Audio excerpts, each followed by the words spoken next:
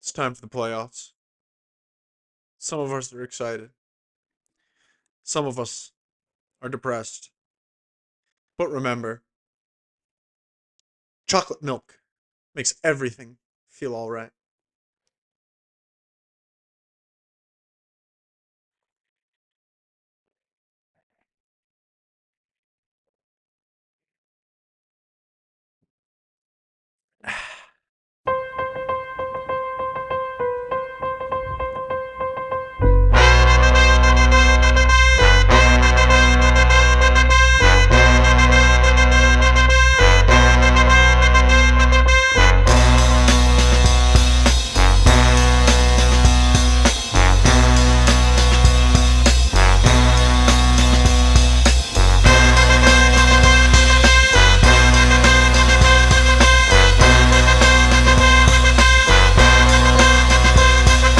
Shimmy, shimmy, y'all, shimmy, yeah, shimmy, yeah.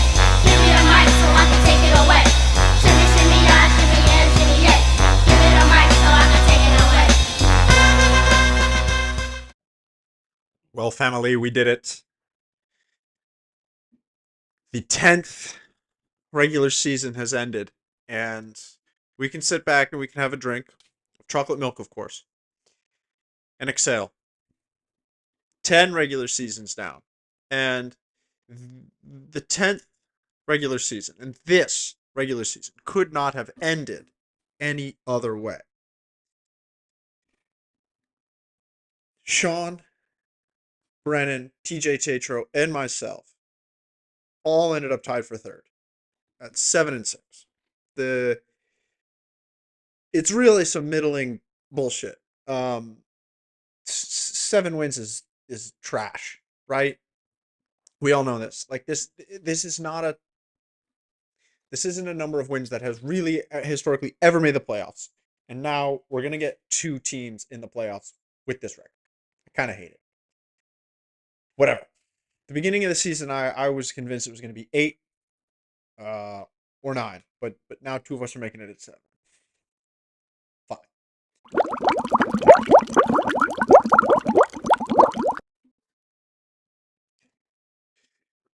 Now, as this is the end of the regular season, I would like to take this time to take a look back or pull out some highlights from the regular season. But first, let's take a quick look at what happened last week and how it impacted everything that's gone on in the playoff matchups that we're going through right now. Playoffs and SAT offs, respectively, right? The season really could have only ended one way, and it was with all of this chaos, right? Pete uses the old guillotine of the bourgeoisie to deal the final blow to Sean's head, doubling, doubling his score. Sean scores a pathetic 75 points. And Pete got Pete got great scores from all his dudes. McCaffrey, Kamara, Nico Collins, and apparently the league's best tight end, Sam Laporta, capping off a killer regular season at 12-1, with one suspicious loss to Alex sprinkled in there. Uh, Sean fades back in the middle of the pack where he kind of should have been all year due to the way he tanked the end of last season. But hey, sitting just outside the playoffs, still ending at 7-6, still technically tied for third. Wild. Uh, Trevor really tried his best to keep Brennan out of the playoffs, but he was down 6 going into Sunday or Monday night game with the Jags defense needing only 6 points to beat Brennan and then keep Brennan out of the playoffs. But fortunately for Brennan, and thanks to Jake Browning, uh, Joe who? Yeah, no, Jake Browning, the Bengals stud quarterback. Whoever the fuck that guy is, honestly. But Jake Browning killed the Jags defense and therefore vaulted Brennan into the playoffs. Even if Brennan was not specifically rooting for this player on his team for the points, Jake Browning's the guy who did this for you. The cacophony of chaos was only the beginning because TJ Tatro pulled off his best game of the season thanks to big cock Brock Purdy, apparently MVP candidate as well. If you're following the NFL, I guess that's what we follow. He beat the ever living shit out of Al. This beatdown did give him a chance, but due to some tiebreakers that no one understands, and we have no time to actually dissect, um, it ended up being Brennan, myself, and then Sean and TJ. So there ends that last week of the regular season, sending the playoffs of Pete, Brennan, myself, and Tim. This is the weirdest way to do 4.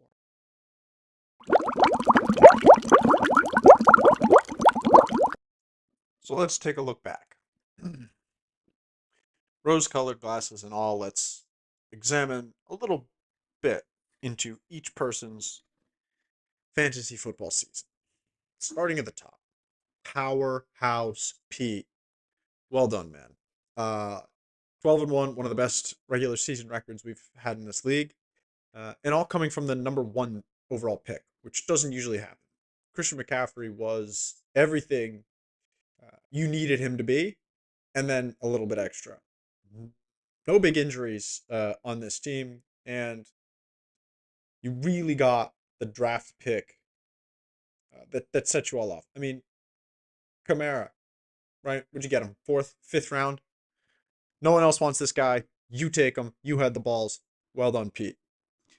Tim, Taylor Swift be damned. The Chiefs beef, Chiefs queef, Chiefs spleef. Reef. Rhymes. At one point there, man, you had a 6-game winning streak, just motoring through the league. But you live by Patrick Mahomes, you die by Patrick Mahomes. So you live by the Chiefs, you die by the Chiefs. When the Chiefs started to slip a little bit there, buddy, yeah, there went a few of your wins. So it was like, quick 6 followed by 3 straight losses. Right around the time all that Taylor Swift stuff was really, really starting. So, hey, you made the playoffs. Well done. Brennan, also a guy, came out to a hot 4-1 start. Hawkinson, what a studly year from this fellow.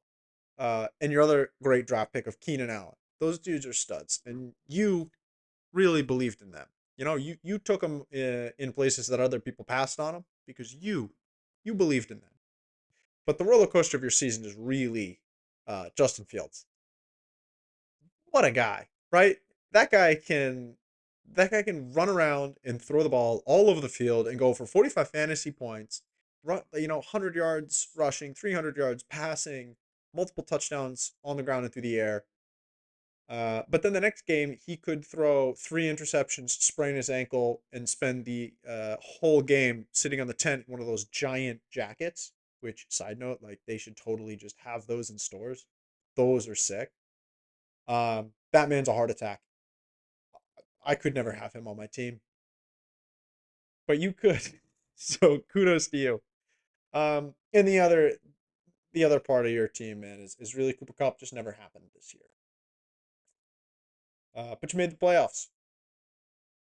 It's a funny thing, Tim, Brennan, and now I'm getting to myself. It's like we're ups and then we're downs this season, but there's a lot of anxiety going into the playoffs. There's not a lot of confidence we're feeling in our teams. It comes to me. I had all the wide receivers. I had wide receivers that were basically finishing 1, 2, 3, 4 in the yearly fantasy scoring, yearly average, well, whatever. But it was like a weekly fucking thing. They could never figure it out at the same time. I had so many points for and so many points against. My biggest foible was a Monday night injury where I didn't just change the dude the day before, and I lost by two or 3 points. That almost cost me a playoff spot. And then I put my dick and balls all over the table and got Jerome Ford with all of the money. That won me some games. So What would Rome think? TJ, up, down, up, down. Snip, snap, almost there. Just didn't happen, buddy. The name change surprisingly helped. You won more consistently after changing your name and putting that outward giving up energy, which is interesting. There may be some nihilistic tendencies that can help in fantasy football. Maybe we should dig into that. Two dudes on your team that were really just hit or miss that no one else really wanted were Deontay Johnson and Michael Pittman. Fell a little bit in the draft, but you took them. You believed in them. They did not serve you that well. Shit happens. Sean. Oh, what almost was. Last year, trading all of this year's picks for a run at the title, which commendable. But we basically knew that that sealed your fate for this season, as it did with Trevor. But you're slightly better at this than Trevor, so you were able to really find your way through this, right? You started off with a lot of losses. What it was, start 1-4, and then you change your whole strategy, basically just going daily fantasy, picking up players, putting them immediately into your lineup, picking up, dropping, picking up. Dank Dell. I mean, fuck that guy come from, right? You rattled off 6 wins in a row there at some point to get yourself thoroughly in the playoff race, but pressure was too high for you in tight butthole time. Al, it was the year of AI and computers, and power rankings loved you. But when you got to put a team on the field, it's about the men. It's about the running and the catching and the throwing. And when Tony Pollard is the one leading the way, you're not getting very far. That dude had a scrubbly season. I mean, what even is that? And the other half of your team, like I look at it and I struggle to find guys that I think are legitimately fantasy players in there. They're like, I think you tried to get too sneaky, too cutesy. You say, oh, this guy's got advanced metric, blah, blah, blah. Air yards. Ooh, you an air yards truther? Got a lot of air yard fellows. Yeah. You also choked hard in tight butthole time, losing the last 3 games when you had a shot to make the playoffs. Could have had 9 wins. Ended up with 6. Pula, you might be the most average fantasy football player. You just pick dudes with names, right? Compact Islam, Jonathan Taylor. These dudes are names. But the biggest disparity for your team is when it comes to, I don't know, round 4 or 5, and people are like, oh, Jonathan Taylor's dropping, Alvin Kamara's suspended. What's going on? What's going on? You took Jonathan Taylor, Pete took Kamara. So for every player that performs and slips like Kamara did, there's a Jonathan Taylor, where the guy just was never what he was in the last couple years. It's a boring ass year. Very forgettable. Very just present. Meg, one of the 2 real pickups of the year here. Kyren Williams, running back pickup of the year. I mean, this dude was a stud. I spent all my money on Jerome Ford. I think you might have got Kyren Williams for fucking free. This dude, he's very good at football. But too bad that Eckler and Brees Hall, your other 2 running backs, are Jags. Just a guy. Losing 4 straight games coming right out of the gate is not how to do it. I think this is a lesson for you. Take this home. The wins came too late. There were wins, but they started coming too late. You gotta start stronger. And those first 4 games of the season are really just like a draft judgment time. So do better. Alex, this is a fun story. Very repeatable, very consistent. You're a very dependable person. and a dependable fantasy football story. You ended the year with $200 in your fantasy football free agent budget again. Didn't spend it. Fiscal responsibility from an educator. I appreciate that. A couple of big scoring weeks, but whatever.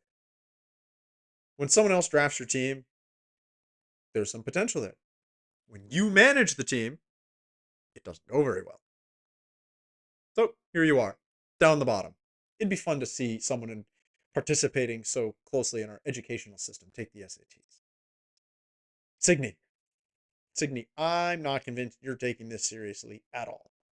This has become a year-on-year consistency. This is your third straight year under 6 wins. And before that, it was just middling around 6 and 7. Took the SAT a couple years ago, and we've seen no improvement. The biggest thing you did was you beat Sean in tight butthole time and kind of kept him out of the playoffs. But what do you want, a fucking high five? What are you doing? Not a lot of urgency. Didn't hear a lot from you around draft time or throughout the season. I'm suspicious. Lastly, we get to Trevor. This is the spot that we all saw coming. We knew from the draft. From the moment the draft started and people could see the board and the little thing, we're like, oh, Trevor's coming in last, isn't he? It was like first or second round pick, and then no picks until like the 5th round. Trevor barely even had to show up for the draft. First to worst, right? Trevor had been pretty bad in previous seasons. Really, really put together one of those like special seasons last year. And he had a great time doing it. And he sold out he mortgaged his future, and from what I understand, does not regret it at all.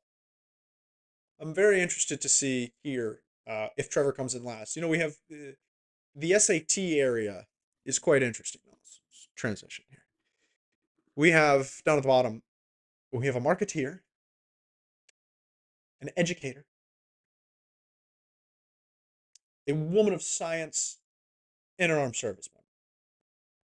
If the woman of science has taken the SAT and has proven that she is not the smartest of the bunch, not the dumbest by any means, you know, got smoked by Tim. An armed service member would be a fun person to take the SATs if I'm being completely honest. Let's see where he falls in the standardized testing world. I'd also like to see an educator, right? Like in theory, I think Alex could be quite good at this sort of thing. She was at one point in her life. So, there we have it. Pete, Brennan, Tim, myself, into the playoffs with a shot at glory. Megan, Alex, Signe, and Trevor, down the toilet to the pooper bowl.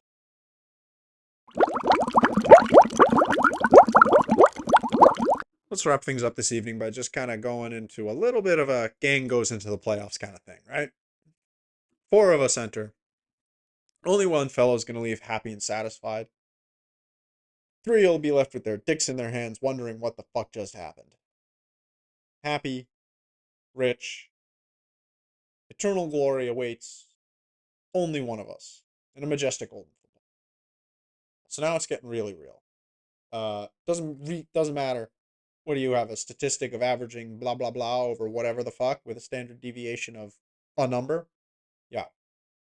The dudes have to show up these couple weeks. Pete's been showing up, man. That honorary boyfriend spot is treating him well. Brennan and I are kind of limping in here. Tim is scrambling.